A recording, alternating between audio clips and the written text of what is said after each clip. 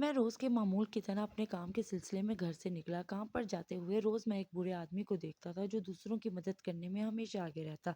कभी वो किसी को उधार दे रहा होता तो कभी वो किसी का सामान उसके घर तक पहुंचा रहा होता था। और इसकी उम्र लगभग 80 साल के करीब लगती थी। मेरे दिल में आता था कि इससे पूछूं कि इस उम्र में ये क्यों ऐसा काम करता है। जब ये अपना बोझ नहीं उठा सकता तो दूसरों का बोझ क्यों उठाए फिरता है।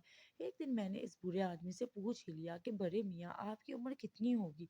तो जो उन्होंने मुझे जवाब दिया, मैं तो हैरान रह गया। इस बुजुर्ग आदमी ने कहा कि बेटा, इस गुनाहगार की उम्र 4 साल की है। ये सुनकर मैं बहुत परेशान हो गया।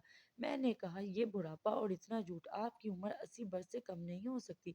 बूढ़े आदमी ने जवाब दिया, हाँ बेटा, आपका अंदाज़ा बहुत दुरुस्त है और बल्कि सही भी है, मगर 80 में से 44 साल इस आजिज़ ने यूं ही गंवा दी, जिनमें सिर्फ अपना और अपने बाल बच्चों का पेट पालना ही काम समझता रहा और इसके सिवा ना कोई नेकी कमाई, ना किसी गरीब की मदद की।